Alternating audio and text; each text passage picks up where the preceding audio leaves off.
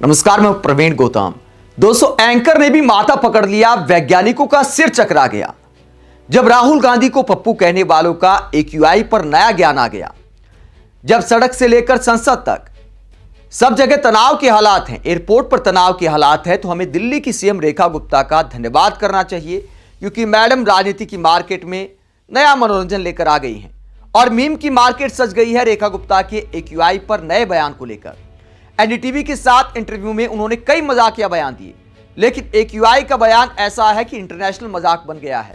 विपक्षी नेता अब धुलाई करते हुए क्या कहते हैं, रेखा गुप्ता का मजाक उड़ाते हुए क्या कहते हैं, बारी बारी से सभी दलों के बयान आपको सुनाएंगे एक्यूआई के नए ज्ञान को लेकर। पहले बात करते हैं कि एक्यूआई के अलावा एक और नई बात जो बोली रेखा गुप्ता ने, उसे सुनकर भी आपको हंसी आएगी। एनडीटीवी के साथ इंटरव्यू में एंकर सवाल करती है कि मैडम, जो वासुदेव घाट वाला पानी था, जो छठ के मौके पर काफी कंट्रोवर्सी हो गई थी कि पीएम के स्नान के लिए स्पेशल व्यवस्था की गई है, फिल्टर्ड पानी का इंतजाम किया गया है पाइप के द्वारा। तो दिल्ली की सीएम से जब सवाल किया गया कि पानी वाकई कहां से आया था, यमुना का पानी था या बाहर से आया था, तो दिल्ली की सीएम कैसा मजाकिया बयान देती हैं। मतलब लॉजिक के हिसाब से तो हजम नहीं होता। हालांकि एंकर के पास कोई विकल्प भी नहीं था, क्योंकि सबूत कोई ऐसा है नहीं कि झुटलाया जा सके। लेकिन लॉजिक क्या कहता है? रेखा गुप्ता ने दावा किया कि यमुना का ही पानी था, लेकिन सवाल यह उठता है कि यमुना का पानी वासुदेव घाट में आखिरकार आया कहां से, क्योंकि बीच में तो मिट्टी की दीवार थी। तो दिल्ली की सीएम ने कहा कि पानी नीचे से रिस कर आ गया, मतलब मिट्टी के नीचे से रिस कर वासुदेव घाट भर जाता है।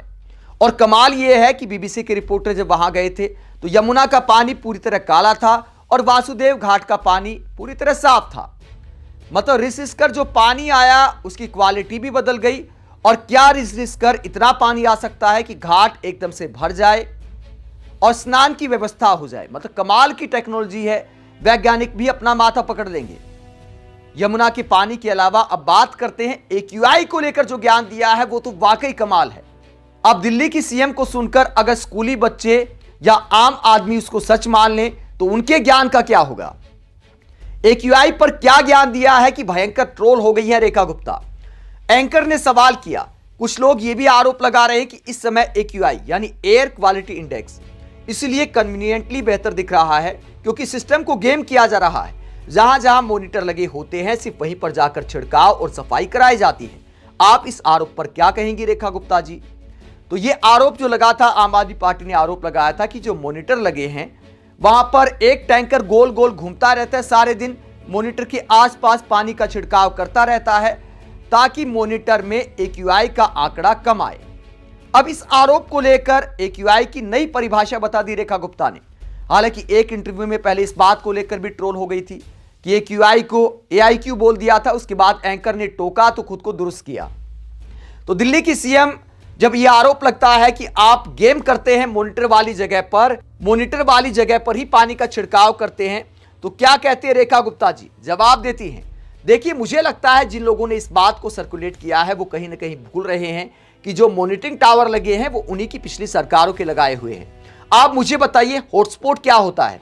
हॉटस्पॉट वो जगह है जहां सबसे ज्यादा पोल्यूशन होता है। सोल्यूशन क्या है? वहीं पर स्प्रे करना, वाटरिंग करना, मिट्टी को भिगोना, यही उपाय होते हैं। तो स्प्रे तो हॉटस्पॉट पर ही होगा ना, कोई मॉनिटर पर करके एक्यूआई डाउन होता है क्या? तो रेखा गुप्ता कहती है कि देखिए, जहां पर मॉनिटर लगे हैं वहीं पर तो पानी का छिड़काव होगा, वहीं पर तो सबसे ज्यादा पोल्यूशन होता है। मतलब एक जगह को आपने भिगो दिया, उसके बाद दिल्ली में बाकी भी सड़कें हैं, लेकिन टैंकर अगर वहीं घूमता रहे, सौरभ भारद्वाज ने बाकायदा वीडियो जारी किया था, तो क्या इसे आप पोल्यूशन कम करना कहेंगे या आंकड़ों को मैनेज करना कहेंगे? तो यही आरोप लगा था। आगे बताती एक्यूआई की नई परिभाषा जिसे लेकर सबका सिर चकरा गया। एक्यूआई एक ऐसा आपका टेम्परेचर है। मतलब अब तक तो लोग सोचते थे कि एक्यूआई हवा की गुणवत्ता होती है, इस बात को मापने के लिए होती है कि हवा में कितना प्रदूषण है, यानी एक्यूआई हवा के लिए होता है। लेकिन दिल्ली की सीएम ने नई परिभाषा बता दी, टेम्परेचर बता दिया। कहती एक्यूआई एक ऐसा आपका टेम्परेचर है, यानी तापमान है, आपको जो किसी भी इंस्ट्रूमेंट से पता चलता है, तो उसमें watering is the only solution, जो हम भी कर रहे हैं। और यही काम पिछली सरकारें भी करती थी। वही हॉटस्पॉट पर होती है सफाई, क्योंकि जहां सबसे ज्यादा प्रदूषण होगा वहीं आप काम करेंगे। इसके बाद एंकर को भी हंसी आ जाती है। वो कहते हैं कि मीटर पर तो जाकर पानी का छिड़काव नहीं कर रहे। तो सब अपना माथा पकड़ लेते हैं। अब ट्रोल हो गई है भयंकर। रागिनी नायक क्या कहती हैं, प्रियंका भारती मजाक उड़ाते हुए क्या कहती हैं, सौरभ भारद्वाज क्या कहते हैं, सबके बयान आपको सुनाएंगे। पहले रेखा गुप्ता का ज्ञानवर्धन करते हैं कि AQI आखिरकार होता क्या है, पहले वो आपको बताते हैं। AQI एयर क्वालिटी इंडेक्स किन चीजों को माप कर बनता है? हवा में मौजूद ये 6 चीजें मापी जाती हैं। PM 2.5 सबसे खतरनाक सूक्ष्म कण होते हैं, PM 10 वाले कण होते हैं। इसके बाद NO2 nitrogen dioxide, SO2 sulphur dioxide, CO carbon monoxide, O3 यानी ओजोन, सबके असर को जोड़कर एक AQI नंबर निकाला जाता है। और ये नंबर जितना बढ़ता जाता है उतनी समस्याएं बढ़ती जाती हैं। अगर 0 से 50 के बीच AQI है तो अच्छे हालात है, मतलब बिना किसी दिक्कत के सांस ले सकते हैं। 51 से 100 संतोषजनक, हल्का फुल्का असर, लेकिन सामान्य लोगों को समस्या नहीं। 101 से 200 हल्का प्रदूषण, बच्चों, बुजुर्गों, अस्थमा मरीजों को दिक्कत होती है। 201 से 300 खराब, आंखों गले में जलन, सांस लेने में दिक्कत। 301 से 400 बहुत खराब, सेहत पर गंभीर असर, बाहर की गतिविधियों से बचें। 401 से 500 खतरनाक, हवा जहरीली, सभी के लिए नुकसानदायक। यानी नंबर जितना बढ़ता जाता है उतनी समस्याएं बढ़ती जाती हैं। और इस AQI में सबसे ज्यादा खतरनाक होता है PM 2.5। PM 2.5 हवा में तैरने वाले बेहद छोटे छोटे धूल या धुएं के कण होते हैं, जिनका आकार 2.5 माइक्रोमीटर से भी कम होता है, यानी एक इंसानी बाल से भी लगभग 30 गुना छोटे। इन्हें हम देख नहीं सकते, लेकिन ये फेफड़ों के अंदर गहराई तक चले जाते हैं। इसे खतरनाक क्यों कहा जाता है? क्योंकि नाक का फिल्टर इन्हें रोक नहीं पाता, ये सीधे फेफड़ों तक पहुंच जाते हैं और वहां से खून में भी घुस सकते हैं। इससे क्या हो सकता है? सांस की दिक्कत, खांसी, अस्थमा बढ़ना, हार्ट अटैक का खतरा बढ़ना, आंखों में जलन, लंबे समय में फेफड़ों को नुकसान। तो ये तमाम समस्याएं आती हैं। इसके बाद सवाल ये उठता है कि PM 2.5 के कण आखिरकार आते कहां से हैं? वाहनों के धुएं से आते हैं, फैक्ट्रियों के धुएं से आते हैं, खेतों में पराली जलाने से आते हैं, चूल्हा, लकड़ी, कोयला जलाने से आते हैं, पटाखे बजाने से आते हैं, कचरा जलाने से आते हैं और धूल उड़ने से आते हैं। यानी सबसे खतरनाक है PM 2.5, जो AQI को सबसे खराब बनाता है, सबसे खतरनाक बनाता है। लेकिन दिल्ली की CM कहती है कि देखिए टेम्परेचर है AQI। अब इसे लेकर बन गया है भयंकर मजाक। विपक्षी नेता क्या कहते हैं, बारी बारी से सबके बयान आपको सुनाते हैं कि विपक्षी नेता इस पूरे मसले पर क्या कहते हैं दिल्ली की CM रेखा गुप्ता को।